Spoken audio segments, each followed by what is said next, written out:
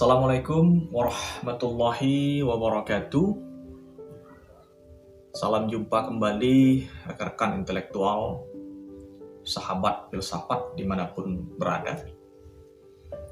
Jumpa kita pada diskusi kali ini adalah saya ingin menjelaskan pokok-pokok pikiran tentang suatu stratifikasi antara mitos, pengetahuan, ilmu, filsafat, dan agama. Sahabat filsafat, kita mau melihat di mana posisi masing-masing items yang telah kita sebutkan sebelumnya. Berdasarkan pengalaman yang saya dapatkan melalui bacaan dan diskusi dengan teman-teman di UIN Sultan Toha Saifuddin Jambi, bahwa yang paling dasar itu adalah mitos. Di atasnya ada pengetahuan, lalu di atasnya lagi ada ilmu. Setelah itu ada filsafat, dan yang paling puncak nanti yang mengatasi segala anasir di bawahnya ini adalah yang kita sebut dengan istilah agama. Rekan-rekan intelektual dan sahabat filsafat dimanapun berada, kita ingin melihat lewat kajian ini apa perbedaan di masing-masing unsur tersebut. Mengapa mereka diposisikan pada tempat yang sedemikian rupa.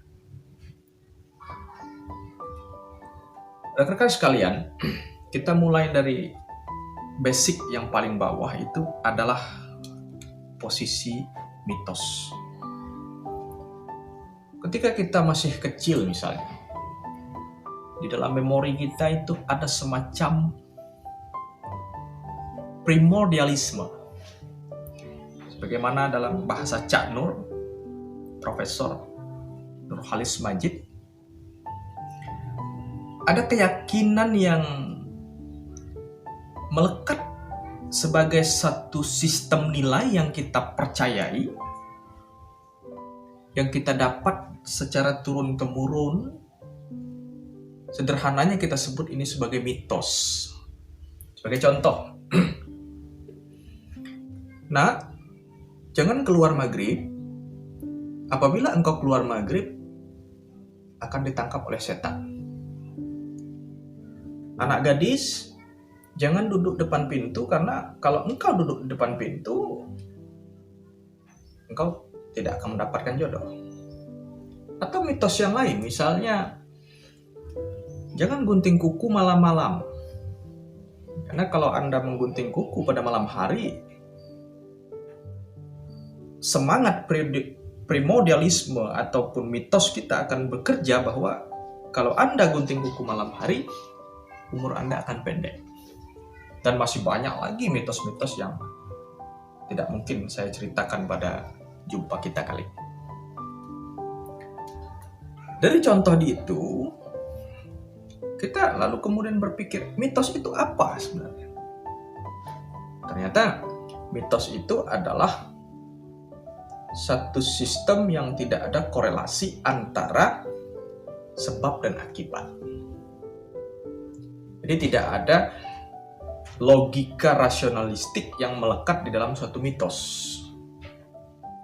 Atau dalam bahasa filsafat ini diistilahkan dengan terminologi irasional.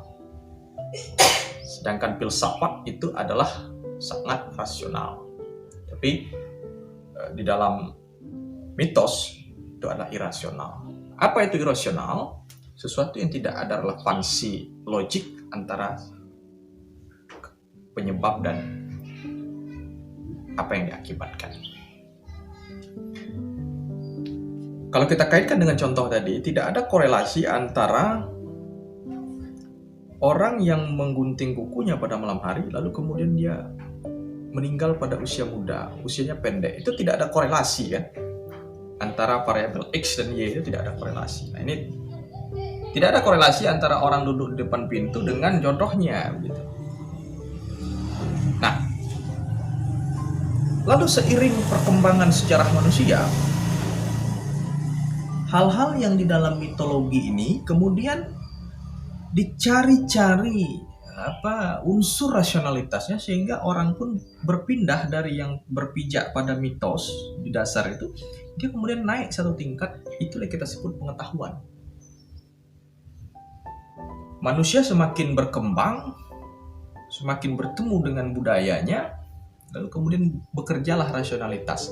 Nah, sebagai ciri daripada pengetahuan itu adalah rasio. Maka kalau mitos itu coraknya irasional, maka di dalam tatanan lapisan yang kedua, yaitu pengetahuan, orang sudah berpikir secara rasional, mencari logika-logika. Apa itu pengetahuan? Pengetahuan itu adalah sesuatu yang dapat kita tangkap dengan panca indera kita, ya, atau dalam bahasa filsafat itu disebut dengan empirik. Panca indera, lidah kita, kulit kita, mata kita, telinga kita, hidung kita, itu menjadi sebuah alat untuk mendeteksi pengetahuan. Contoh, kalau mata kita tidak diberi anugerah oleh Yang Maha Kuasa, maka kita tidak dapat pengetahuan tentang warna. Kalau kulit kita tidak bekerja sedemikian rupa, kita tidak dapat pengetahuan apa itu panas, apa itu dingin, dan seterusnya. Maka pada tatanan pengetahuan, orang sudah meninggalkan sesuatu yang irasional. Orang sudah naik pada level pengetahuan. Saudara yang budiman, wabil khusus saya menyapa rekan-rekan intelektual di kampus. Kita itu disekolahkan bukan untuk cari pengetahuan, tapi kita mencari di lapisan yang ketiga, yaitu ilmu. Jadi kita dididik di kampus itu bukan di level untuk mendapat mitos, ya, nauzubillah. Apalagi kita mencari pengetahuan, itu salah sekali. Yang kita cari di kampus adalah ilmu, yaitu pada lapis yang ketiga. Jadi ilmu, pengetahuan, mitos. Yang dicari oleh mahasiswa itu adalah ilmu, bukan pengetahuan apalagi mitos. Nah, jadi ilmu itu posisinya lebih tinggi dari pengetahuan. Ilmu lebih kompleks, karena dalam sebuah mata kuliah filsafat ilmu misalnya, ilmu itu didefinisikan sebagai pengetahuan yang harus tersusun secara sistematik, rasional, dan empiris. Jadi kalau di pengetahuan syaratnya cukup rasional saja, ya, tapi kalau dalam tatanan ilmu dia harus rasional, empiris, tersusun secara sistematis. Syaratnya banyak sekali. Untuk memudahkan kita, misalnya begini. Pengetahuan itu cuma sebatas pada, oh itu warna putih. Tapi kalau kita bicara ilmu mempelajari kenapa bisa muncul warna putih. Lebih besar. Petani dengan pengetahuannya, bisa jadi dia hanya mengetahui bagaimana cara untuk menyadap karet. Tapi seorang sarjana pertanian yang punya ilmu tentang pertanian, dia tidak berkutat tentang karet lagi, tapi bagaimana varian-varian dalam karet, bagaimana karet itu agar mendapatkan buah yang lebih banyak, bagaimana padi dapat panen 2 kali setahun, itu yang dipikirkan oleh sarjana. Makanya ketika kita bicara ilmu, itu dia levelnya di atas daripada pengetahuan tadi. Kita lanjutkan, sahabat filsafat sekalian. Di atas ilmu, saudara, ternyata ada yang disebut dengan filsafat. Filsafat itu sistemnya lebih rumit lagi daripada ilmu. Kenapa? Karena yang dicari dalam ilmu itu dia akan terbatas pada alat ukur dan uji saintifik. Ilmuwan hanya terbatas pada sesuatu yang ada saja. Apa yang nampak saja dalam mikroskopik misalnya. Tapi filsafat dia mengkaji sesuatu yang ada dan yang mungkin ada. Sebagaimana yang sudah kita dialogkan pada video sebelumnya. Jadi di mana kelemahan ilmu itu daripada filsafat adalah kalau ilmu dia hanya terbatas pada mengkaji yang ada, sedangkan filsafat dia mengkaji yang ada dan yang mungkin ada.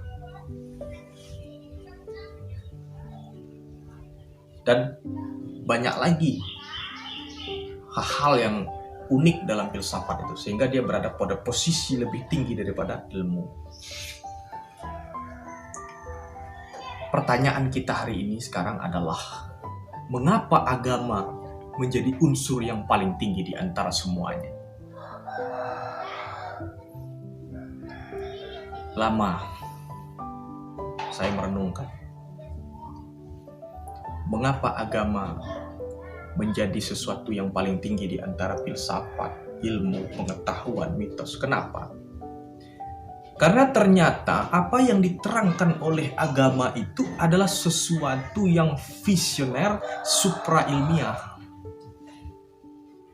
Kalau filsafat ilmiah, ilmu tentu ilmiah, pengetahuan adalah common sense, mitos adalah irasional, maka level ini semua kalah dengan agama. Kenapa? Agama bukan cerita tentang ilmiah lagi, dia supra ilmiah, di atas keilmiahan. Ilmu nggak mampu bercerita tentang kiamat, ilmu nggak mampu bercerita tentang logika-logika penciptaan manusia itu. Siapa manusia yang pertama? Dari mana dia berasal? Kabar tentang adanya surga, eskatologi dalam bahasa filsafat, sulit untuk dibuktikan oleh para ilmuwan. Di mana kita mendapatkan itu? Di agama. Jadi kalau kita bayangkan hidup tanpa agama ini, tatanan ini akan runtuh semua. Filsafat akan runtuh, ilmu akan runtuh, pengetahuan akan runtuh, apalagi mitos. Lama saya merenungkan. Dengan logika yang kita terangkan ini, wajar kalau gelar profesor sampai kiamat pun akan kalah dengan gelar yang diperoleh oleh Nabi. Gelar sallallahu alaihi wasallam, gelar alaihi salam akan mengalahkan profesor, doktor, master science dan lain sebagainya. Kenapa? Karena para nabi memperoleh informasi itu langsung di level yang paling tinggi, yaitu agama yang diterangkan oleh Allah Subhanahu wa Ta'ala. Sedangkan ilmuwan dalam bahasa Cak Nur, Nurholis Majid, dalam bahasa Harun Nasution, itu disebut sebagai pencapaian yang nisbi, relatif. Teori yang dikemukakan manusia hari ini bisa jadi berubah di masa yang akan datang. Tetapi teori yang diterangkan oleh agama akan abadi di dunia ini sampai hari yang akan datang. Mudah-mudahan kita pahami stratifikasi mitos, pengetahuan, ilmu, filsafat, dan agama. Saya mendorong agar kita gemar untuk berfilsafat, gemar mencari ilmu pengetahuan, gemar mengorek pengetahuan, tapi jangan kita tenggelam dalam mitos. Dan jangan lupa, setelah engkau memiliki ilmu, kau harus balancing dia dengan spiritual, sebagaimana yang diterangkan oleh Syed Hussein Nasr, seorang filsuf besar. Terima kasih. Assalamualaikum warahmatullahi wabarakatuh.